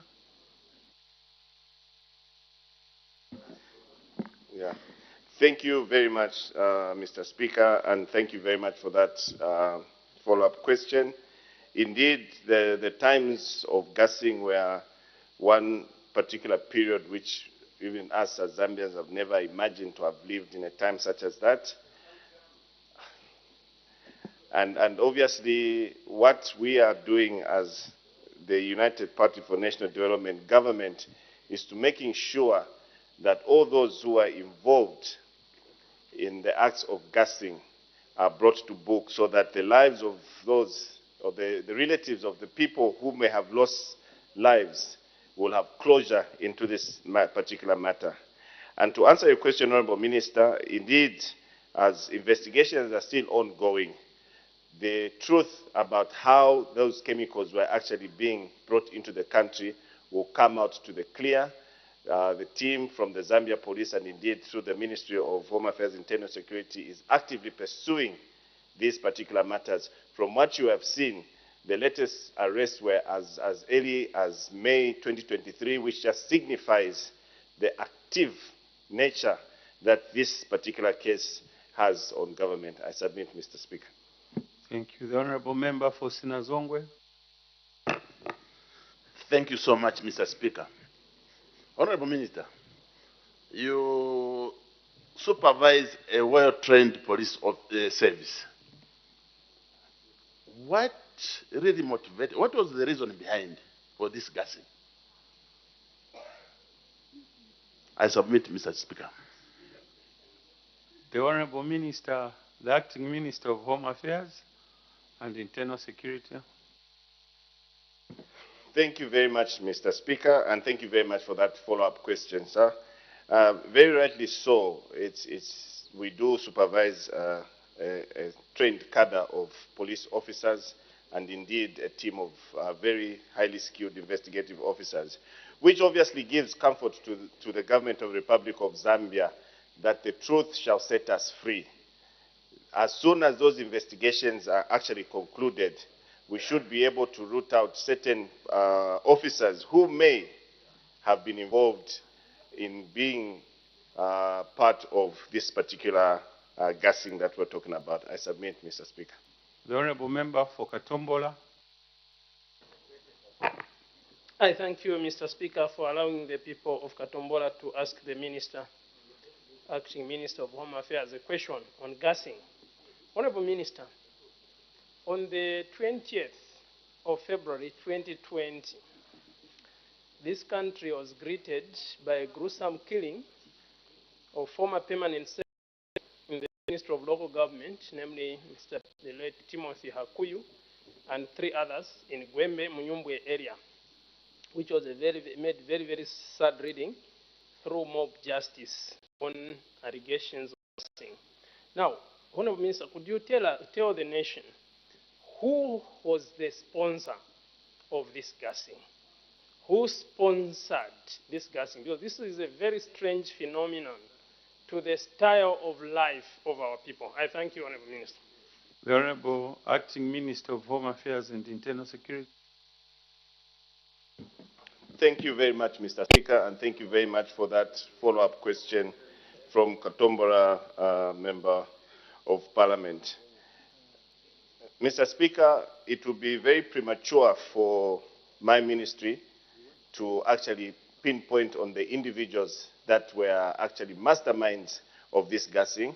But what comfort we'll need to bring to this House and indeed to the general public is that the recent arrests of the quartet that we have in our custody today should be able to point us to a fruitful conclusion of the matters that are pertaining to the gassing.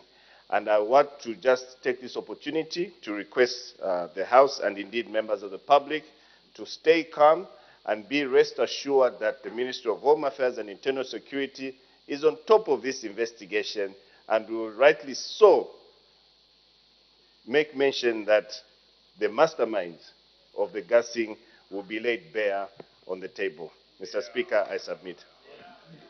The last one, Honorable Member for Wengwa. Thank you, Honorable Mr. Speaker. Minister, definitely it is very sad what transpired in the country during that period of gassing the innocent citizens under the leadership of a PF government. It was very, very sad and we lost a number of people.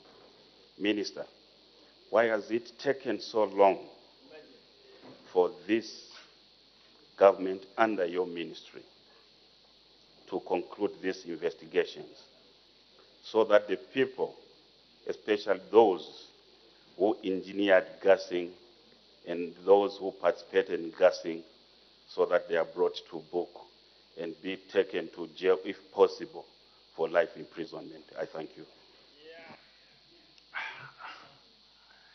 Honorable Minister, Acting Minister of Home Affairs. Mr. Speaker, thank you very much. And I'd like to thank Honorable Member of Parliament for Wengwa for that follow-up question. Mr. Speaker, indeed, the complexity of the case that we have before us is, well, the challenge of the case that we have before us is quite complex, if I can put it that way. And what you will appreciate and note is that from the response that we gave, we have had in excess of, we have secured 14 convictions so far, and those ones were related to gassing, and then another 133 which were related to mob justice. Now, Mr. Speaker, that in itself is a sure indication that this government, the United Party for National Development government, is resolved in making sure that the convictions are actually meted out. And also, Mr. Speaker, to give assurance that the right charges to these suspects involved in gassing are given to them, so that by the time they go to the courts of law, it becomes easy for us to get what you are requesting for in terms of life. But obviously, that is not for us to determine what the courts would suggest. But indeed, what is important is that justice should prevail at the end of the day. Mr. Speaker, I submit. Thank you. The owner of the question has indicated again at last. Honorable Member for Kanyama.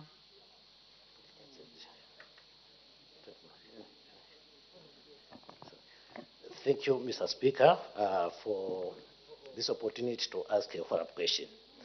Mr. Speaker, we are looking at matters of national interest here. We are looking at survival of the people. We are looking at the safety of the people of Zambia. Now, who is supposed to provide this safety? It's the government, of course. And if the government does not seem to help the people, people will rise on their own, just like what happened. We have heard from the report here saying the mob stood up to, they were just trying to protect themselves. People had no confidence in anyone. The point that whoever they saw looking suspiciously, they would attack. And it's unfortunate that innocent people lost their lives as a result of whoever perpetrator that was. Mr. Speaker, this issue, I think it just needs, quick intervention.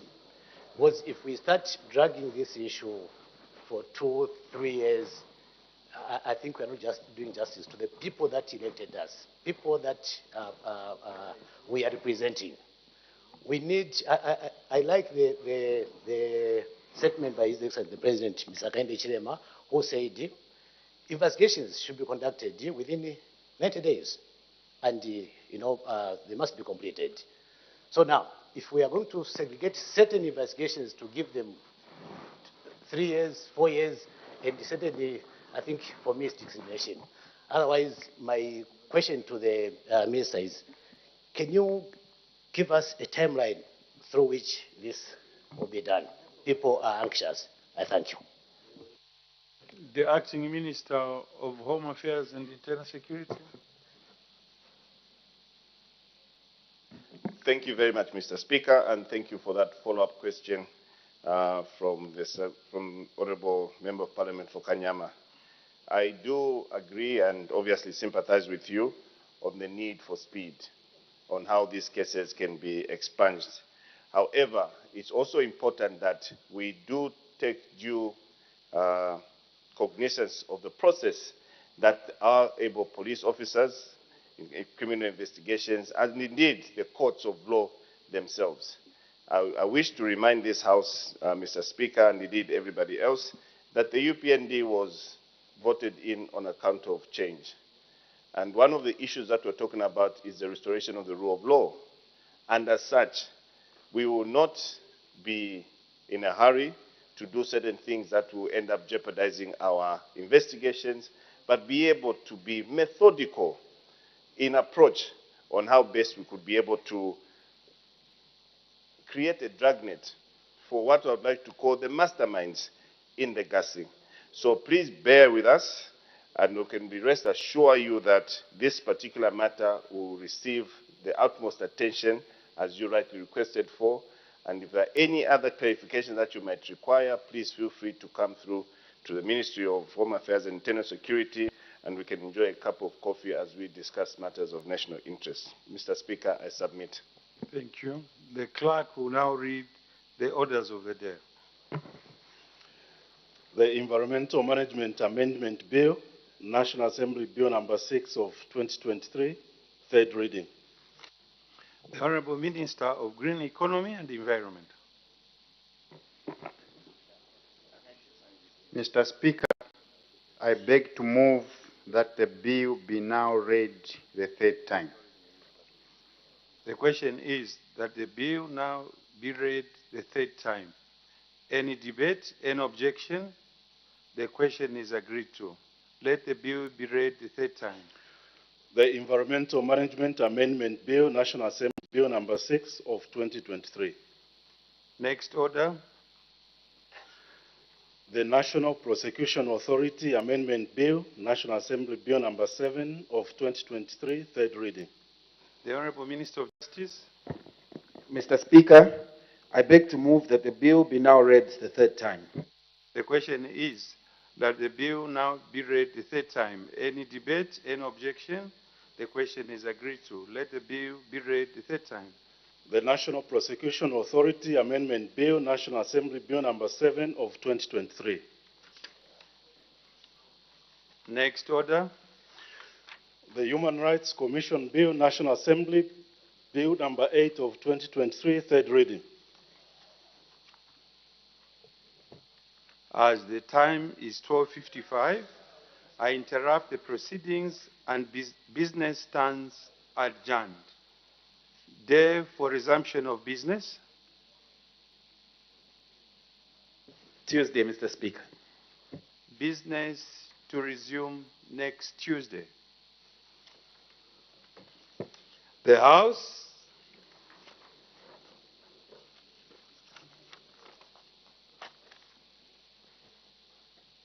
is now adjourned.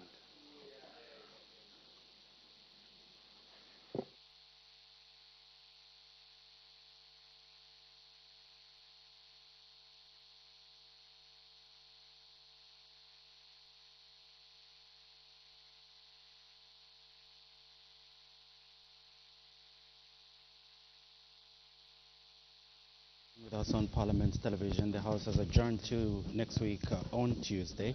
Before we leave, a recap of what has been considered on the floor of the House on business resumed at 09 hours. There was business indication from our Honour the Vice President, business that will be considered on the floor of the House beginning next week on Tuesday from 25th to 28th July 2023. And we'll just highlight some of the business that is expected to be considered on the floor of the House. Yes, the Honourable, Her Honour the Vice President indicated to the House that there will be some announcements, if there will be any rulings, ministerial statements, as well as private members' motion, and the following private members' motion is likely to be presented in the House next week, and this motion will be presented by Honourable Member for Petauke Central, Mr. Emmanuel J. Banda MP, and the subject matter of this private members' motion is reintroduce the Ministry of National Guidance and Religious Affairs. So this motion is expected to be presented on 25th July 2023. 5 bills are expected to be considered on the floor of the House beginning next week, and the first bill is the Competition and Consumer Protection Amendment Bill. National Assembly Bill number 10 of 2023 is expected to be considered on the floor of the House on 25th of July 2023. Then there's the Trademarks Bill, National Assembly Bill number 11 of 2023, which will also be presented to the House on 25th July 2023. The other bill to be considered on the same date is the Defence Amendment Bill, National Assembly Bill number 12 of 2023. Also coming for presentation on the same date is the Marriage Amendment Bill, National Assembly Bill number 13 of 2023.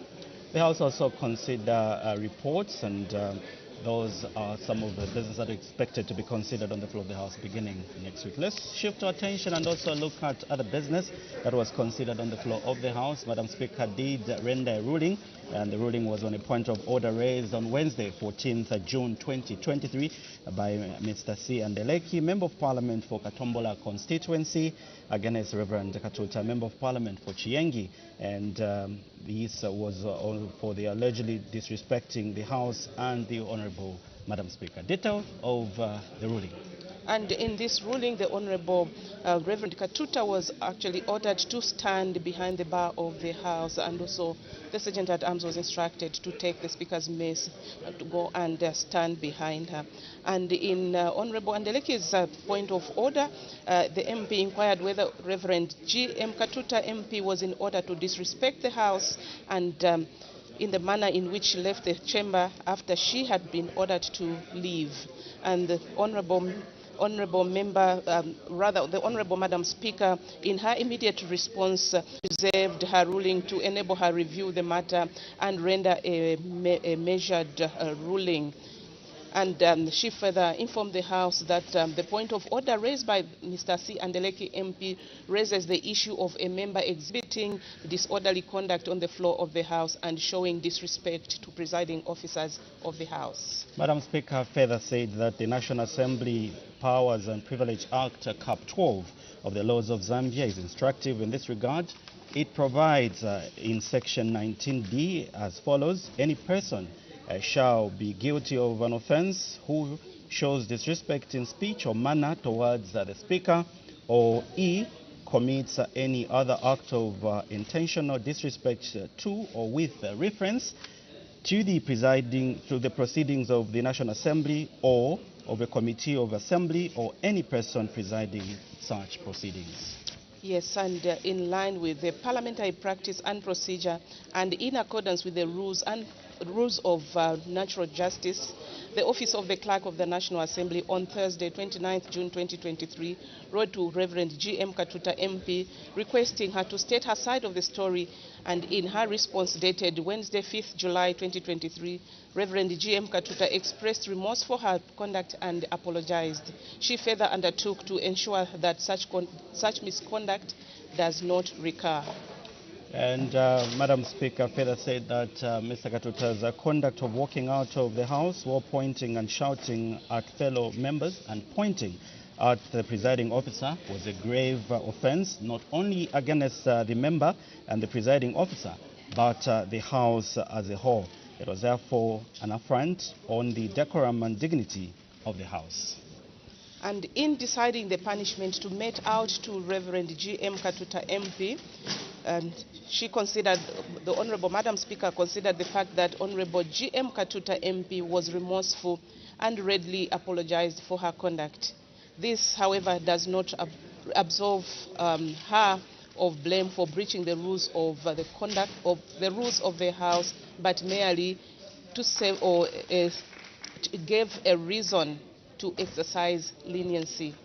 Madam Speaker reiterated that she will not tolerate gross indiscipline and misconduct from any member of Parliament in the House, and the honor, the decorum and dignity of the House must be protected and preserved at all times. And she further said that what Madam Katuta did was a grave offense to the House and to the members of Parliament. And therefore, in accordance with Section 28(2) of the National Assembly Powers and Privileges Act, the House resolved that Reverend G.M. Katuta MP be suspended for a period of 7 days with effect from 21st to 27th July 2023. And before Madam Katuta took a walk of shame, Madam Speaker did announce to the House that in accordance with Section 28(3) of the National Assembly Powers and Privileges Act, during the period of her suspension, she shall not enter the precincts of the National Assembly. This extends to the National Assembly Motel, participate in any activity of the National Assembly or any committee that she belongs to, or in her own capacity as Member of Parliament. Yes, so that was the ruling that was rendered by the Honorable Madam Speaker on Honorable Reverend Katuta's conduct. After that, Pauline, the House did proceed to consider a question without notice to Her Honour the Vice President, and the total number of 14 members of Parliament did pose questions to Her Honour the Vice President from various constituencies, and also questions were based on policy. Yes, after that, the House went on to consider questions for oral answer understanding Order 74, and we have a look at just some of the questions that were considered on the floor of the House. Question 400 did come from Mr. Mabenga Mulowezi, Member of Parliament, and directed his question to the Minister of Local Government and Rural Development.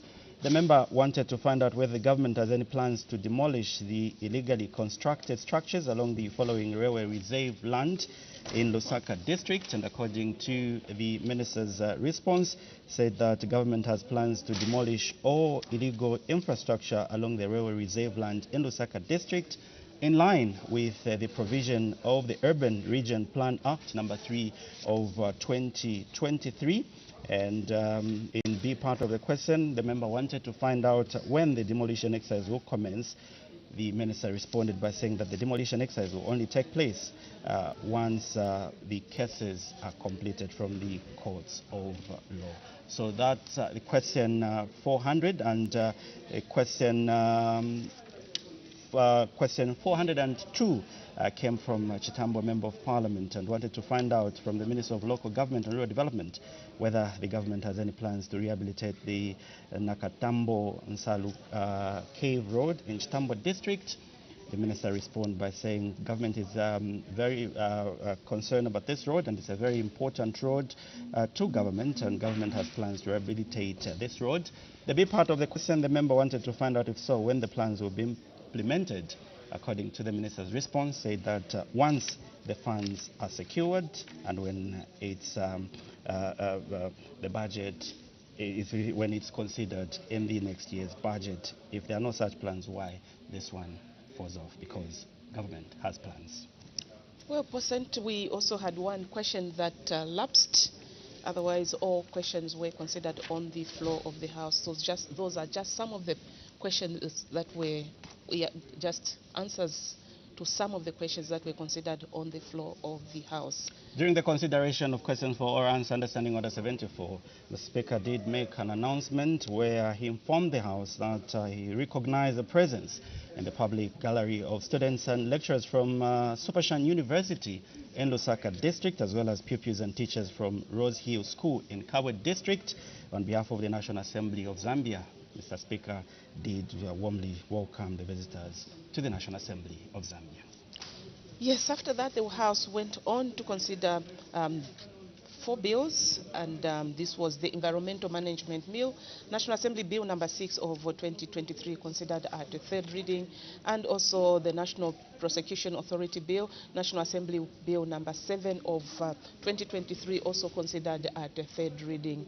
And of course, it being a 12:55, business of the House was disrupted. We expect this business that has been disrupted to continue next week on Tuesday, 25th July 2023. And at the time business was interrupted for adjournment, the House was considering the Human Rights Commission Bill, National Assembly Bill number 8 of 2023, supposed to be considered at 3rd reading. So like my colleague mentioned, business resumes next week on Tuesday at 14:30 hours. On behalf of our 2 sign language interpreters, that's Jason Manda and Chola Kauman. Indeed, not forgetting Pauline Monga. My name is Paul Sentendoven, wishing you an incident-free weekend. God bless, and thank you so much for your time for watching Parliament Television. Remember, we'll have a rebroadcast of our honor, the Vice President. Keep watching Parliament Television.